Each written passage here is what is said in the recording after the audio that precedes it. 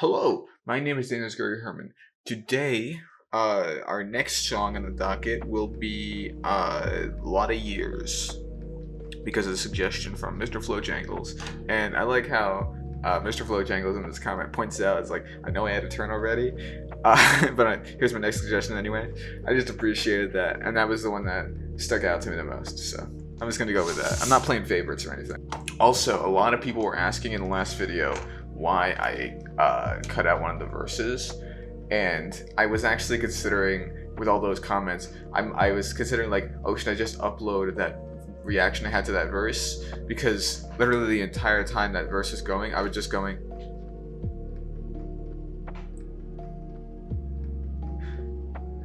and I don't really see the use in me uploading that because yes, I enjoyed it. I just don't think that there's any content to provide there because I didn't have anything to say about it, just because I just really appreciated it. The kid that worked down at the local Baskin Robbins. Immediately, I really like this beat. I know I shouldn't be pausing this early, but I really like this beat immediately. Just the heaviness of it and how the lyrics started immediately. I didn't want to like have to backtrack and say that later, but like the kid like that. It really just has a momentum to it that I appreciate. Anyway. The kid that worked down at the local Baskin Robbins got a tattoo of a lipstick print attached above his collar. I watched him relocating pistachio to a waffle, thinking I had lost the plot, if not the passion for the novel. He asked me what I wanted, I ordered something daft. He said he liked the tattoo Alex drew me of the bats. Thanks. I like it too, but modestly confess, in present company my coloring is not the main event. Alright. Already, I'm really liking this. I'm gonna hold my thoughts, about the lyrics until I actually know what they are. Cause I picked up a few things, but let me actually make sure that I know what I'm talking about. The kid that worked down at the local Baskin Robbins got a tattoo of a lipstick print attached above his collar. I watched him relocating pistachio to a waffle. That's a line that I really liked. Just. It's so cool, just the way that Aesop Rock just says things. I don't know if that makes sense, but the way he goes about communicating ideas is so authentically his way, his unique way, and it's just, in the last one I was saying like XL Hop was very Aesop Rock. I feel relocating pistachio to a waffle, instead of like, you know, adding a pistachio topping to a waffle, or however else you phrase that. The relocation of it, or the size of the jump being an XL, I feel like it's very Aesop Rock to go about it in this sort of roundabout, elaborative way. That really just it's a cool little picture into his psyche, the way he sees things. Thinking I had lost the plot, if not the passion for the novel. That line was the one that stuck out to me. It's like, oh, that's why you suggest this to me. He asked me what I wanted. I ordered something daft. He said he liked the tattoo Alex drew me of the bats. Thanks. I like it too, but honestly confess in present company my coloring is not the main event. Very cool. Yeah, I like this framing of, I don't know if this is going to continue in the later lyrics, but I like this framing of this Baskin Robbins order. And I'll see if that is held throughout. I did not think that this was going to be about a song about Baskin Robbins. Look at that neck. The message is a meeting at the guy F's chicks. I spent a lot of years making friends with cool artists, so when they drew me tattoos I could truly feel important. Now some 22-year-old inside a cube of brick and mortar got me questioning my morals in their corny pecking order. I should give it less. Cherry, no. Whip, yes. I'm really liking this because he's keeping that order like constant throughout. And it's this really beautiful framework that he's going with, and I like the piano in the background. The piano really is doing a lot of work here to really just play around with the sort of melody of the song that he's working with. Look at that neck, which is obviously the neck with the lipstick print. The message is or the lipstick tattoo. The message immediately, the guy F's chicks. I spent a lot of years making friends with cool artists, so when they drew me tattoos, I could truly feel important. It's a 22-year-old inside a cube of brick and mortar. Got me questioning my morals in the quarry pecking order. Yeah, I like this sort of focus on tattoos because I think there was another Aesop Rock song that had a lot of like focus on tattoos, but it's obviously very important to him, and just this whole analysis of people, like looking at this, you know, tattoo on his neck and just says like, oh yeah, I know who this guy is, and the sort of deconstruction or analysis of them, and sort of tattoos as a rebellion from the, you know, moral order.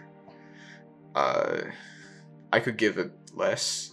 Cherry no, whip yes. I love that line. Cherry no, whip yes. It just brings you right back to he's just standing in front of a counter looking at this guy with a tattoo on his neck. Lotta Years. The girl that worked down at the local juice place got a head full of dreadlocks down to her waist. I watched her So it's looking at, like, I guess like I don't know if I legitimately, the word escaped my mind. It's not retail, it's not customer service, food service. All these people working in these like menial jobs, and he's like looking at them and trying to see their stories. Because now he left Baskin Robbins, he got his waffle, and now he went to go get juice, and now he's looking at the person behind the counter there. To the ginger, to the grapes, my hair was underwhelming, my juice was great. Some lady ordered. Yeah, I'm really liking this. I feel like I say that every time. Listen, I like songs. I like songs that are like, I can't really, you know. The girl that worked down at the local juice place got a head full of dreadlocks down to her waist. I watched her add the spinach to the ginger to the grapes. My hair was underwhelming. My juice was great. So, yeah, looking at this with this sort of like, I guess he is looking at him because he compared his tattoos to the guy's tattoos. He's comparing his hair to the girl's hair. Sort of this comparison of self to others, and what that means for his psyche, what that means for his sense of self, or the sense of who he is. Some lady orders maca, compliments the locks. She asked how many years it took the girl to grow the crop. It took a lot of years, and then eventually I cut them, kept them, and reattached them anytime I want them. My mind's blown. Let me read that. Some lady orders maca, compliments the locks. She asked how many years it took the girl to grow the crop. It took a lot of years, and then eventually I cut them, kept them, reattached them anytime I want them. So it's like a wig?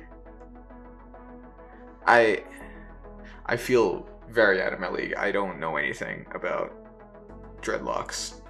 I don't know if that's how they work, or I don't want to presume anything, but does that actually happen? I just take off the dreadlocks. I feel like they're like very attached to their hair. I don't know. I guess that's the sort of like surreal part of it, if it's not real. Okay. My mind's blown. The future is amazing. I feel so old. I bet you clone your pets and ride a hoverboard to work. I used a folding map to find the juice place in the first. These kids are running wild. I'm still recovering from church. You should have seen me in the 90s. I could ollie up a curb. You should have seen me in the 80s. I was bumping New Edition, dragging acne into Hades.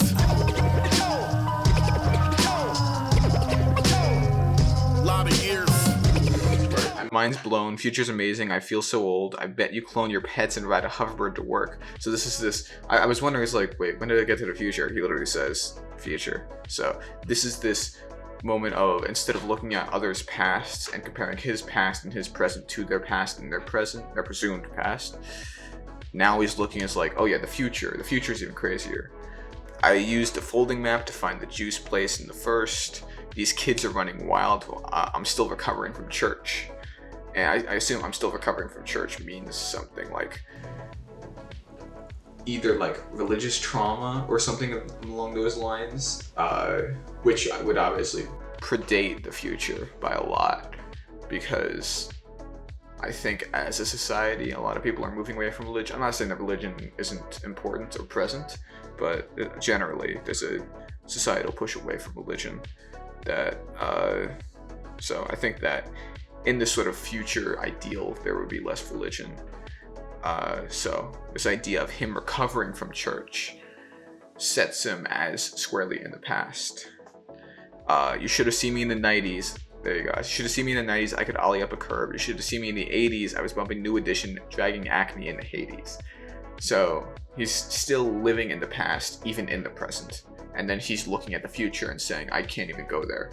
I'm so set into this, this vision of myself I had in the past that I thought was good, but now I know that there's others that are cooler than me, that have like better tattoos or cooler hair. But years pass, a lot of years. Yeah. Of course, that's not the official interpretation of the song. That's just what I got on my first impression. If you had a different interpretation, let me know.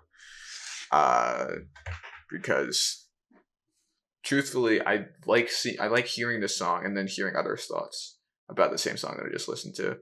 I don't think everyone has to be right or have the same opinion about a song, and I don't know if anyone can be right about a song because a song is an experience. But anyway, sorry for the infrequence of these, but gonna try to get into a schedule. And until next time, adieu.